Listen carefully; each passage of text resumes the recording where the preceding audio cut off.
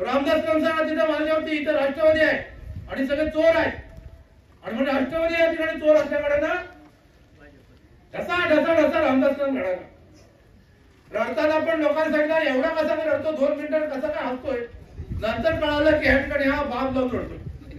रडला balm लावून रडणारा रामदास कदम का रडत होता की तटकरे त्याच्यामध्ये ह्या सरकारमध्ये आहे आणि मग तटकरेचं दुःख त्याला सहन होई नाही आणि मग रामदास कदम खुर्चीत ना हे डोळा पुस हा डोळा पुसे आणि तुमच्या खाडीत जेवढं पाणकोटच्या पाणी नाही तेवढं रामदास कदमाच्या डोळ्याचं पाणी